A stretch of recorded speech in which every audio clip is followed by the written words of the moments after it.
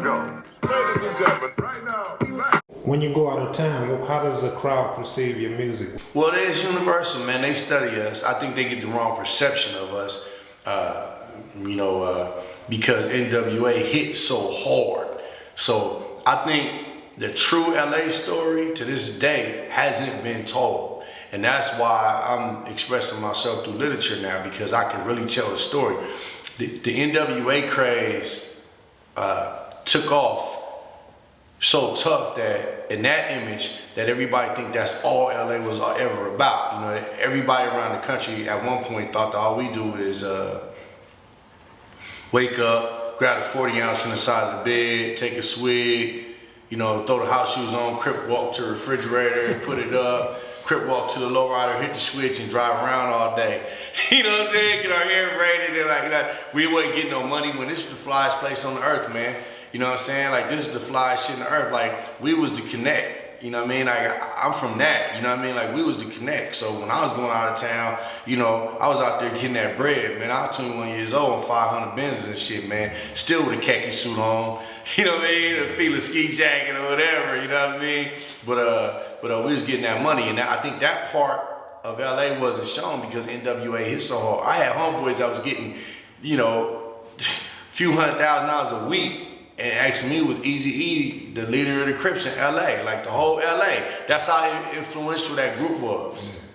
You know what I mean? So, you know, they perceive us differently, but people understand, they know what it's about. And I do think they kind of think we one-dimensional, you know what I mean, to a certain point, but true dudes in the streets, they know what it is, and they know who they was dealing with, you know, and things of that sort, so.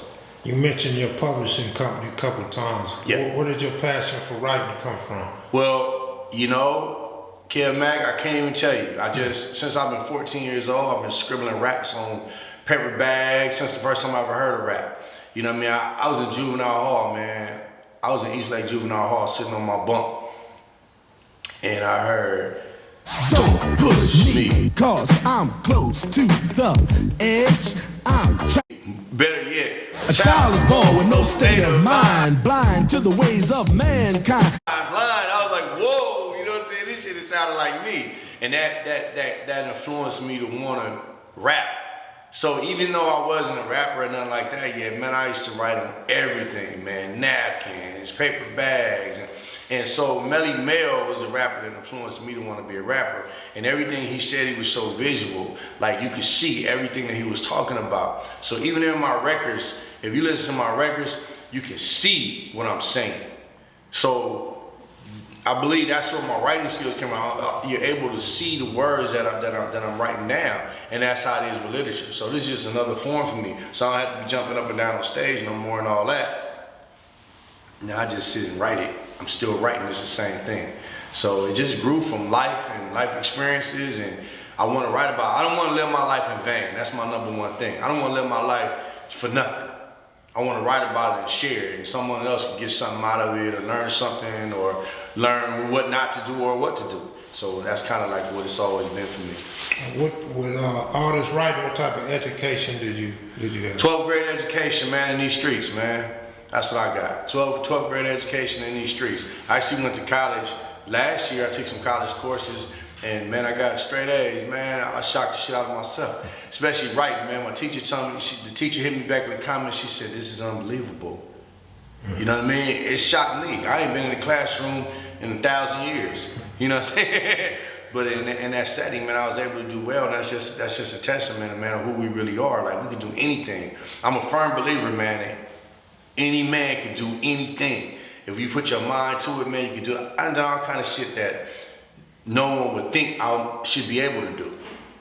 But I do it anyway. My little cousin asked me, he said, "Man, how do you do this shit?" Like, he see me pop up in movies with Cat Williams and all these different people, man. And he said, "Man, how do you do this shit?" With Rock, all these different people I work with, man. And I said, my only answer is, man, I just think I can. Well, you seen a black president. You ever think we would have had a black president? Hell nah, I said it in Seawalk. In the documentary Seawalk, I said, "Oh, we'll never have a black president." because we killing them all. So that's one thing I was glad I was wrong about. You know what I'm saying? I was happy to see that, man. I'm happy that I lived, during my lifetime, I was able to see that milestone, man. That's so beautiful to have had him. Speaking of milestones, Jay-Z was inducted to the Songwriters Hall of Fame. How big is that for rap? Man, I think it's huge for rap, and I think he's deserving. I mean, man, that man was putting out some heat, man, and he changed a lot of things and so influential, man. He's the reason why rappers are able to brand themselves right now, man. The way he did it with Range Rover, we got a 4.0, better get your change. Like, you know what I'm saying? Like, he stepped it up. He sold so many Range Rovers, and then Chris Style and all that, man. So he started saying, you know what, man? People are actually listening. Like, I got an audience. Hip hop has an audience. People listen.